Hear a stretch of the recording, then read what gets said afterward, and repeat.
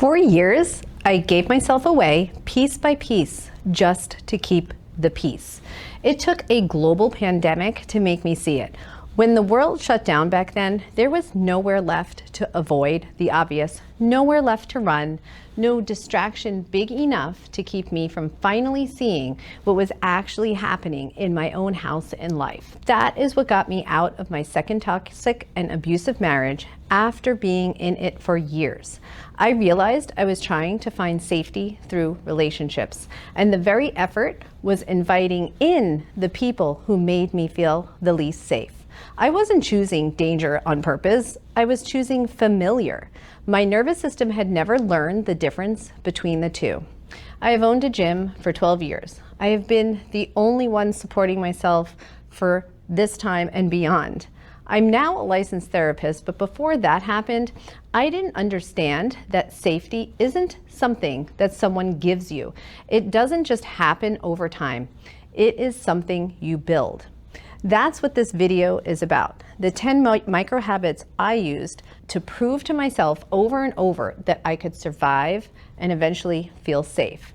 This isn't a step-by-step checklist, so take what works for you and please feel free to leave the rest. Here are the 10 micro habits. So number one for me was financial independence. Before my second marriage, I was in another marriage that was also very abusive and unsafe, and I was also financially dependent.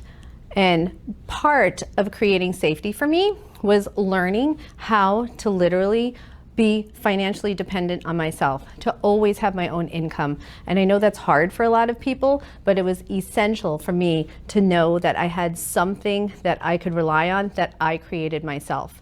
So as I started to build my own business and then started to realize that I had the ability to generate income so I could rely on me, that started to then give me an aspect of safety that I was never reliant on someone else. Now, there is a ceiling to that because there is no amount of money that I learned over time that really ever was enough to give me entire feelings of safety. So it doesn't come from just one place. Yes, money is helpful, but it is not everything. But definitely becoming financially independent, financially secure, financially competent, then began to give me the confidence and the ability to feel safe. Number two was being alone with my own thoughts. What was really unsafe for me was I couldn't trust my own mind without someone confirming it. Over time, I began to be able to realize that I had to learn to sit with the thought and say nothing and literally tell no one, because I had to be able to trust my own inner ability to rely on my own thinking.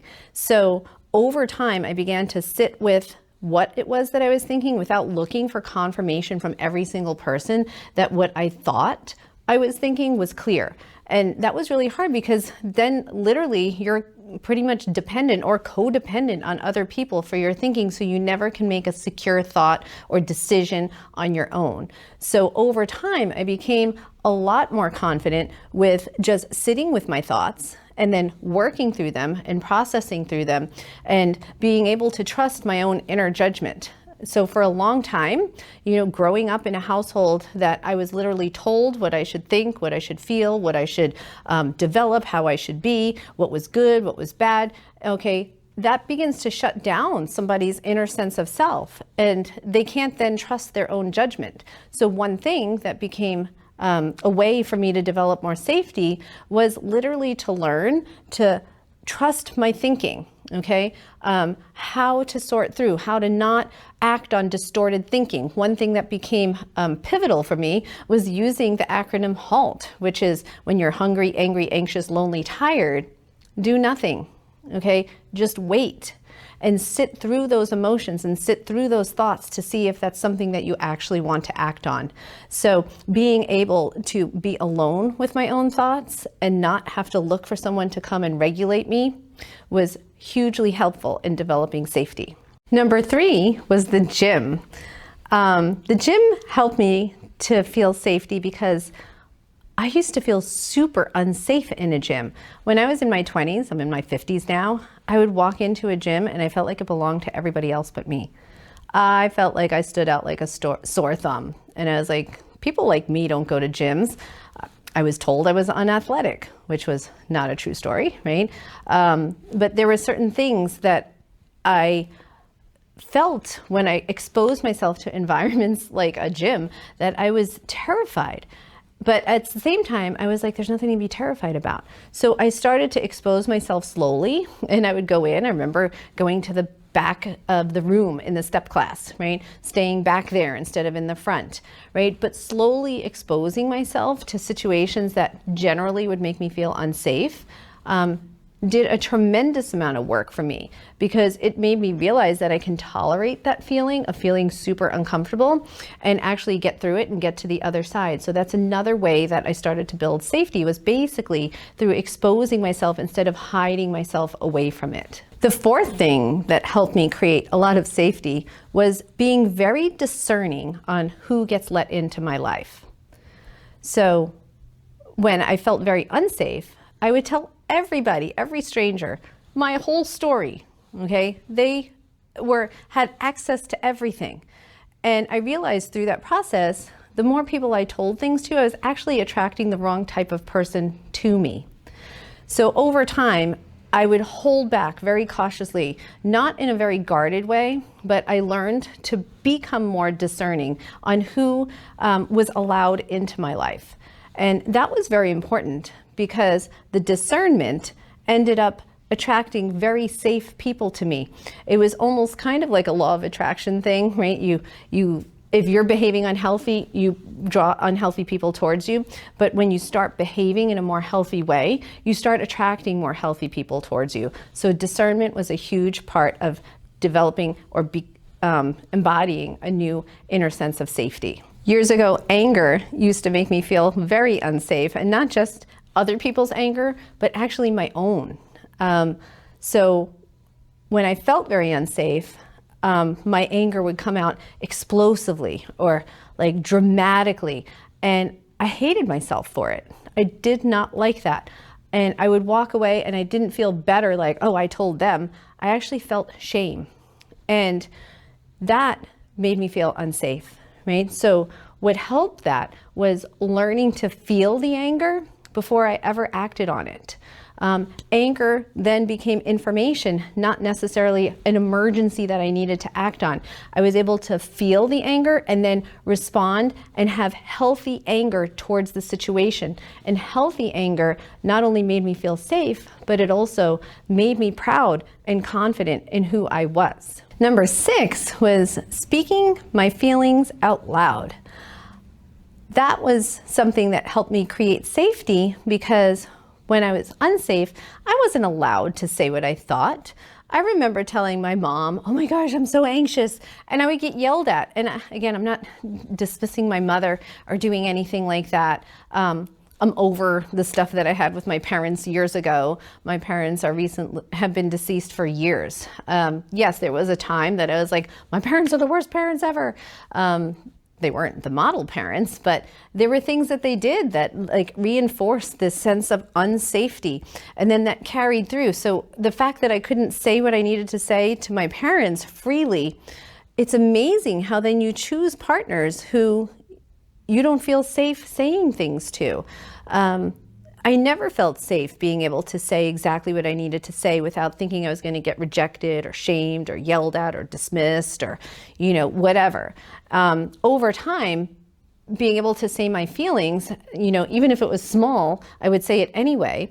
I began building my voice, because I realized if I was able to say something to someone and they accepted me, that was kind of like a test to see like who is going to really be able to have me as I am.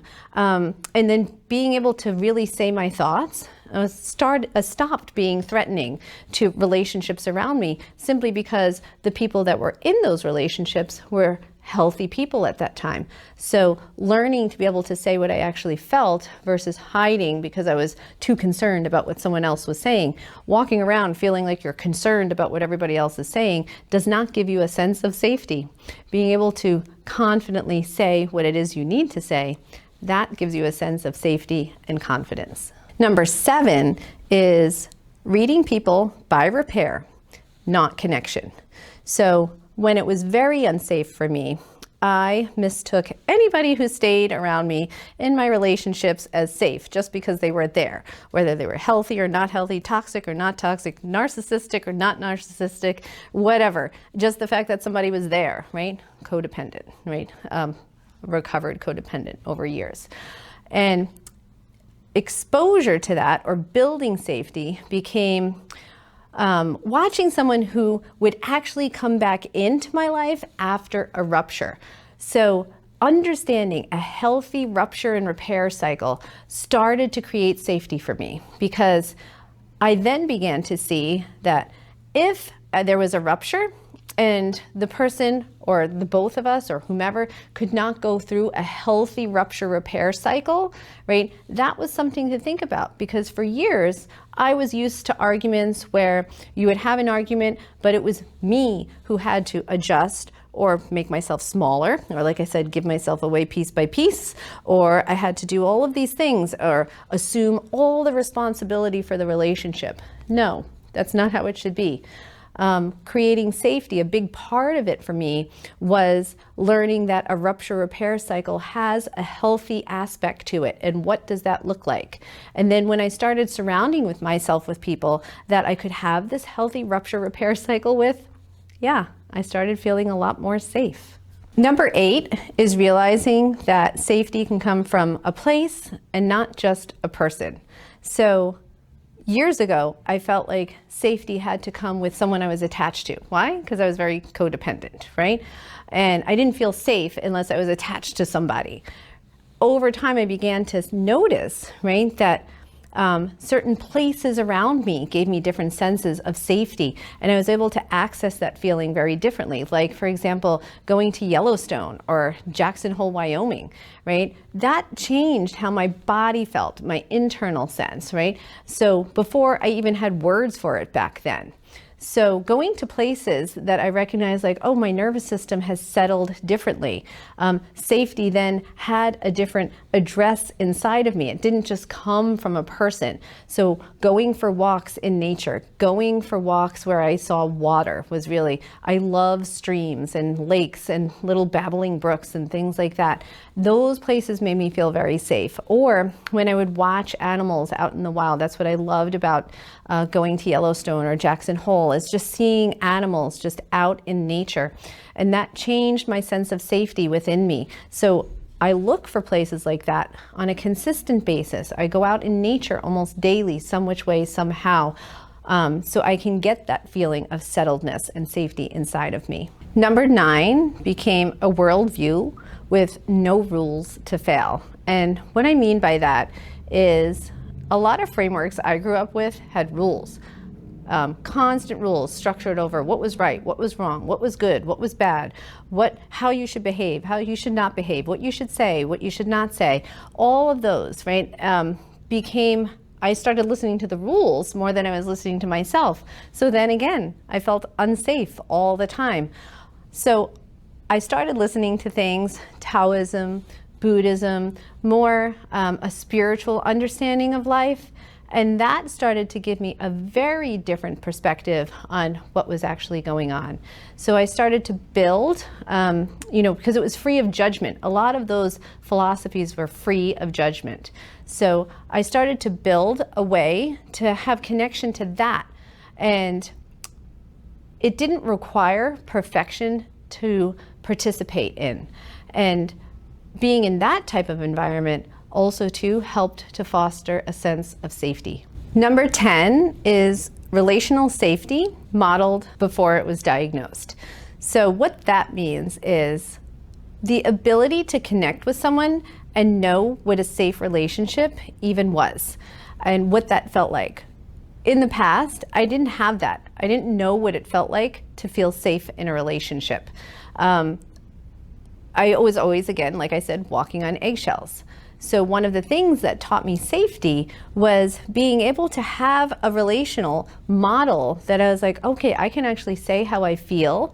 I could be vulnerable, and I'm still accepted, and I'm not ridiculed. And one of my first experience of that was actually when I was in Al-Anon. I was in my 30s. And my sponsor at the time, I was in an online Al-Anon program. It was wonderful. I feel like it saved my sanity. And my Al-Anon sponsor was on the West Coast. I was on the East Coast. But it was a way that I was able to connect with somebody who heard me and listened to me and validated how I was feeling. And, you know, it gave me the ability to understand that, oh, like, this is what a relationship like that is like. It had a feeling before I had the word for it. And it made me then understand that, like, oh, this is actually what I'm dealing with. And, you know, that was an important part, because I didn't understand that a lot of the relational issues that I had actually came from CPTSD. And that diagnosis came after a long time on my own. But when I began to understand, like, this is why I have a hard time, right? It's not me that's wrong. Yes, I had to learn how to do relationships better, but once I began to understand the whole context of everything and going through things then again with my therapist, so after Al-Anon, yes, I was able to develop a really good relationship with a therapist, where again, I felt safe in that room. I felt safe being able to share things. And that was a huge model for me, because then I was like, okay, this is what a relationship should look like. This is what this back and forth thing is supposed to be able to do with somebody else. It shouldn't be something that I feel guarded or I feel like I have to be hyper vigilant, right? So all of these things over time, you know, these 10 things that I listed came together to show me what it was that would help me then create safety in my life. So none of these completely fixed me. They came together over time. They gave me evidence over and over that I could survive the thing that I was afraid of. That's what safety actually is. It's not the absence of fear. It's the evidence that you can actually move through it and come to the other side. Safety and security were my primal needs so many years ago. All I wanted was to feel safe and secure. Once I started to achieve that, right, my needs changed. It's kind of like Maslow's hierarchy of needs, right? They're a little bit different as you start to accomplish one over the other. So safety and security, I was like, why is it so hard to feel safe, right? And it was literally because I kept attracting unsafe things into my life and I didn't know how to do the things I needed to do in order to create these elements of safety. Today, I would like to say that safety and security is no longer an issue for me. I feel safe and secure in life, and it is the most freeing thing ever. But these 10 habits above, those are the things that I really needed to change in order to bring that sense of safety and security into my life. Financial stuff, you know, yes, it makes your life more safe and secure, but I will say it doesn't make it happy, right? It's not always happiness, but at least you know you can pay your bills. At least you know you can do those things and you have control over it. Today, I look for flexibility and freedom. That's a whole different ball game. And I am not there yet that I have created flexibility and freedom in my life. But if any of this resonated for you, or if you're someone that really struggles with feeling safety, one of the things I tell my clients a lot of times is look for the little glimmers of safety in your life. These 10 things work for me. They may not work for you. But look for little things that bring you safety in life. Like another thing I didn't put on this list is my dogs. I love my dogs. I have 3 dogs. I love dogs. I feel safe around dogs. They accept you no matter what. And when I'm with them, I'm like, oh, okay, this is what the feeling is. And I can come back to that feeling. And then I may get exposed to something else that might make me feel a little unsafe, right? That I don't like, but I can always resource safety again. So you want to look for those little glimmers. And if anything, I would love to hear, what are your little glimmers of safety? List them and put them in the comments below. Where do you find safety in your world? Because it's very rare that we feel unsafe 100% of the time. Even when we are in the most dangerous situations, we may have a little moment that we feel safe, even if it's just fleeting. And those are the things you want to hold on to. So if this helped, thank you so much for being here. Please share it with someone else if you think it would help them. And I'll see you in the next video. Bye.